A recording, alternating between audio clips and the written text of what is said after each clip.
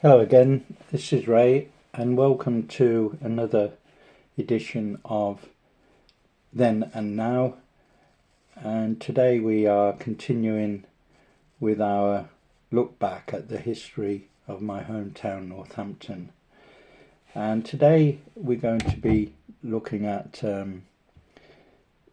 Northampton between the 13th and 16th centuries.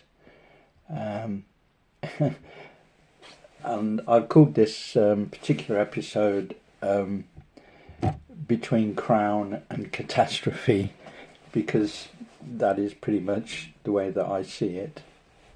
And if you imagine a town like Northampton, which was, as I said before, one of the biggest ones in England at the time, if you can just take yourself back, the houses were small, timber built. The roads or the lanes in the town were narrow. You would find that wood smoke, tanned leather, the smells of those would be drifting through the air very commonly. Had a bustling market square with merchants shouting prices, and in fact when I was a boy that's still going on in the 1960s, and of course clatter of carts over cobbled stones. It's not as big as London, but it's certainly one of the biggest places or the biggest settlement, I suppose they could call it, in England in those days. And being halfway between the north and the south and the east and the west, it was a centre of trade, government, religion, and about 2,000 people were living in the town at the start of the 13th century. Plus, of course, there was the huge castle which had been built by Simon de Senlis many years before, just after the Battle of Hastings, and it became, the castle itself was a symbol of royal power. It had been built because of that, and as a safe haven for royalty over the years. And in fact, it stood as that, as a symbol of royal power and sanctuary for the next 300 years. If we go back to 1200 or the early 1200, King John was reigning, and he very often lodged in the castle. Word has it that it was one of his favourites, and certainly it was a secure stronghold with easy access to London and the north. He took the throne in 1199, I think, and he inherited a great empire which stretched from Scotland to the Pyrenees in northern Spain. And his father, Henry II, who I talked about a little bit in my earlier episode, and his brother, who was Richard the Lionheart, they'd ruled not only England but half of France. And when John came to power over the years, he managed to lose nearly all of it. He had a long, bitter struggle with King Philip of France, trying to defend his lands in France, Normandy, Anjou, and Poitou, but he lacked skill, and some say courage. By 1204, Normandy had fallen, and one by one his castles in France surrendered, and it was the collapse of the empire in France, the British Empire in France, which I think was called the Angevin. And it was a humiliation that would haunt John for all his life. And he did what human nature would would cause most people to do. Um, he determined to win it all back, but he couldn't do that because he hadn't got any money. So, when I say hadn't got any money, he hadn't got any money to fund an army. So he taxed his barons almost to breaking point, demanded money, seized estates, um, sold justice to fund new military campaigns.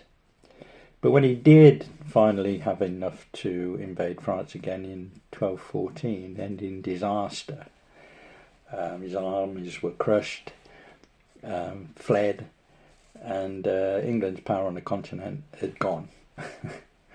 And at home things weren't much better. John quarrelled with the church, again, about power and money. And when he tried to appoint his own archbishop, the then Pope, who I cynically laughed when he was called Innocent III, excommunicated him and placed England under an interdict, which meant that all the churches were shut down and any church services stopped throughout the land, which meant in practice that marriages were forbidden, funerals were denied. And if you can imagine that in a town as big as Northampton was, and no masses, no weddings, no hope of heaven, because people were not as secular in those days, and people feared for their souls, and thought that they would be damned simply because of the king's pride. When he finally made peace with Rome, that is when John finally made peace with Rome, he had already lost the barons, their loyalty. His wars had drained their coffers, and his arrogance had drained their patience, basically. And after the defeat in France, they rebelled and forced him to accept what became the Magna Carta, which basically was a promise that even the king must obey the law. John being John, he tore it up within weeks. Civil war followed, and when he died of dysentery, retreating through the Lincolnshire marshes. But few people mourned him because he left behind an empty treasury, a broken kingdom, and a lesson England would never forget, that absolute power comes at an impossible price. But Northampton was loyal to him, and that made it a target for armies when they moved throughout the shires, and Northampton had to brace itself for what would become a siege. Just briefly diverting to the Magna Carta, John's reign was on the brink. The barons were fed up with him and had enough, and they were furious over his endless taxes, and only to find that he lost the wars, and they forced him to meet them at I think it was Runnymede, which is just by the Thames. And they, well, I wouldn't say forced him, but they negotiated with him to sign the Magna Carta. It was, I don't know what you'd call it really, but it was the start really of democratic government in England. At the time it was more of a peace treaty between John, who was desperate, and his powerful nobles. Some of the lines in it, that no man, even a king, was above the law. No free person can be imprisoned without a fair trial, and taxes mustn't be raised without consent. At the time it was revolutionary, and it stuck, basically.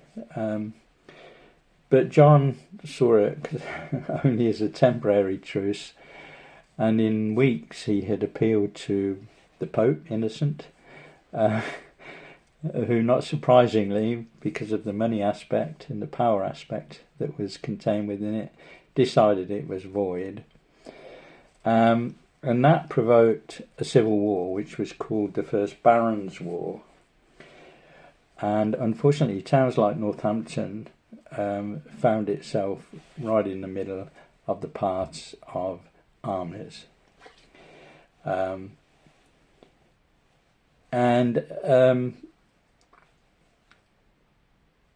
His son, when John died, his son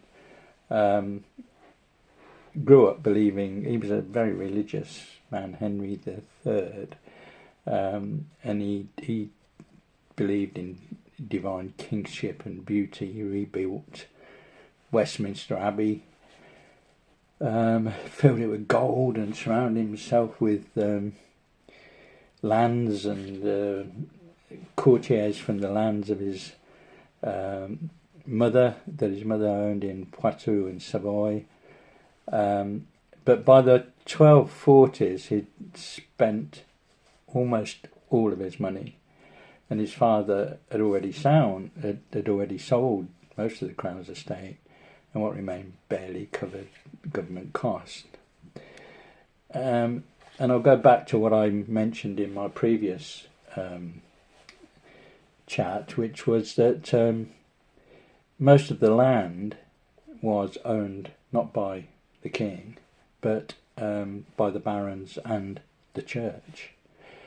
And great families like the de Montforts ruled huge parts of the country, and of course maintained their own private armies. And the church owned even more. As I said earlier, they owned between 25 and 33% of the land, and being a feudal system, that's where all the money came from.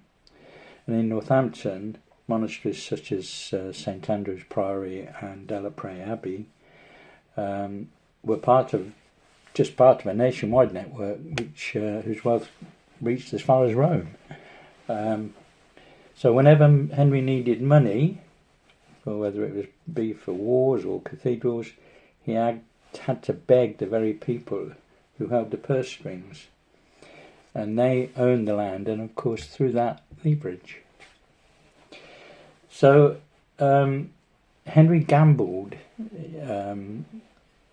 because he was desperate for prestige, and he struck a deal that would fund a papal campaign to seize the kingdom of Sicily. They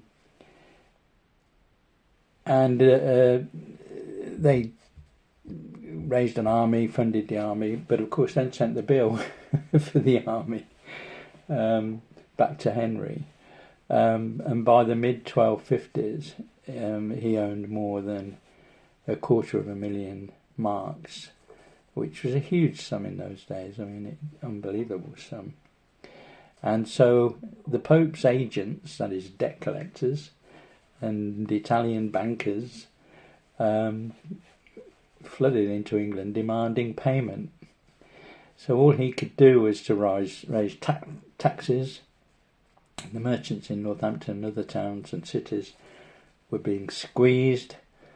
Its farmers, Northamptonshire's farmers, were pressed for grain, and priests begged their congregation for papal dues, and resentments spread like wildfire.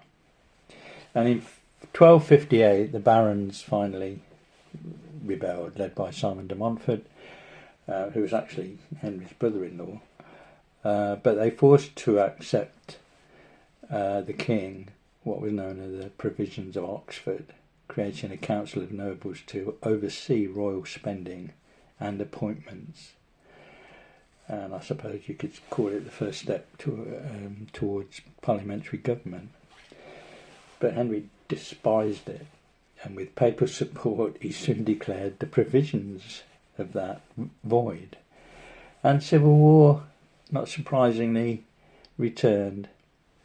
And by 1263, the whole of the kingdom was in flames, really. Northampton was well fortified, and it sided with de Montfort and the reformers. And inside its castle walls, soldiers, scholars, priests prepared for what they knew would become a siege. And in April 1264, Henry's army arrived, and for 2 days they sieged the castle.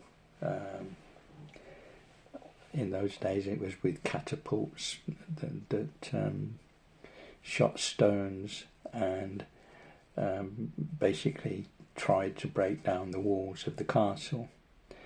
And in fact they did breach it, and troops poured in and basically ransacked and burnt the town. Hundreds of people were killed and captured, and the town basically lay in ruins. But Henry's victory was short-lived, because weeks later de Montfort's forces defeated him at Lewes, down in Sussex, and took him prisoner. England therefore had a king who was in chains, and Northampton paid the price for its loyalty. And by the early 1300s, it had rebuilt itself. Population had risen to about 3,000. Markets were thriving, and leather and tanning, which was the common trade, mainly because of the bark of the trees in the county that lent themselves to that kind of trade. And everything seemed okay, but religion shaped everything because of its power and wealth. St Giles, All Saints, St Sep's, they all dominated the skyline, and the ruins of Delaprey tended the nuns of Delaprey tended the poor, and the monks of St Andrews provided solace and education.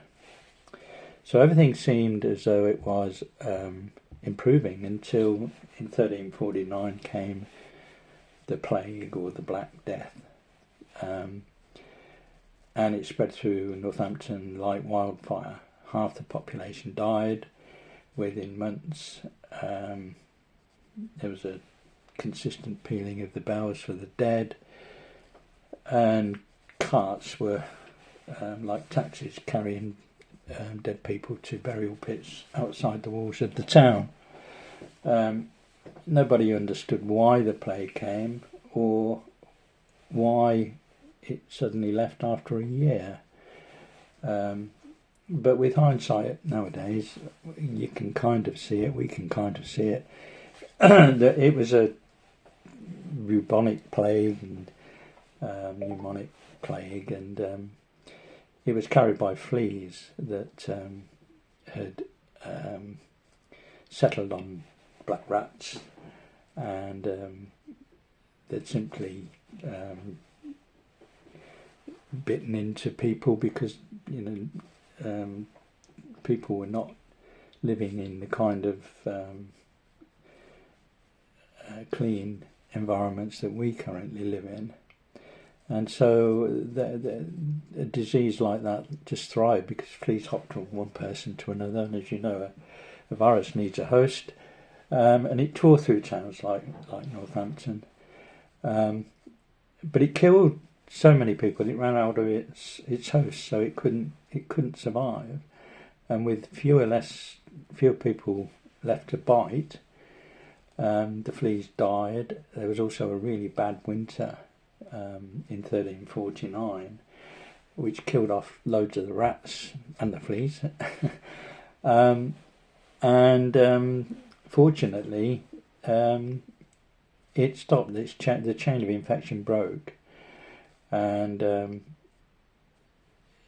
it broke very quickly through isolation weather and what you might call the grim mathematics of survival. But by the time the spring came in 1349, the town was a lot quieter, emptier. But it was still alive, and when the plague finally passed, the survivors found a changed world. Labourers were scarce, newly valuable wages rose, and the first time ordinary workers began to sense how much they were really worth. And across England, discontent simmered. Endless taxes for the 100 Years' War in France fell heavily on Northampton and other towns, until in 1381 the Peasants' Revolt broke out. And in the southeast, and although Northampton stayed mostly quiet, its message travelled far. So ordinary people in the town were able to question the order of things. And by the 1400s, Northampton was prospering again. Its guilds were strong, its shoemakers and tanners were respected across the whole of England. Then the Civil War returned. The Wars of the Roses fought between the rival houses of Lancaster and York. And in July 1460s, their armies met on the fields near Delapre Abbey, which is now a golf course. But it was a rainy day. Cannons and archers were firing, and within an hour, the royal defences had crumbled. They had actually been betrayed from within their ranks. Henry VI was captured quite close to the abbey. Hundreds of his dead soldiers laying in sodden earth because it was pouring down a rain, and the nuns of Delapre tended to them throughout the night. And the battle changed the course of that war. Once again, Northampton stood in the heart, or at the heart, of England's fate. But through it all, sieges, plague, rebellion, the town endured. Townsfolk rebuilt, traded and prayed and carried on among the ashes of history. By 1500, England was changing fast. The Tudors were rising, printing presses spreading ideas faster than sermons. And medieval England was giving way to a modern age. But in Northampton, in the market, you'd still hear echoes of everything that had come before. The hammer on the leather, the bells of St. Sep's, and the faint ghosts of armies marching down from Delapre's fields. I'll stop there, and then we'll carry on in a later edition. Anyway, this has been Then and Now. I'm Ray Draper, and I thank you all for listening to my ramblings. This episode was Northampton between Crown and Catastrophe, and the next one will continue between 1600 and 1900. Thank you for listening.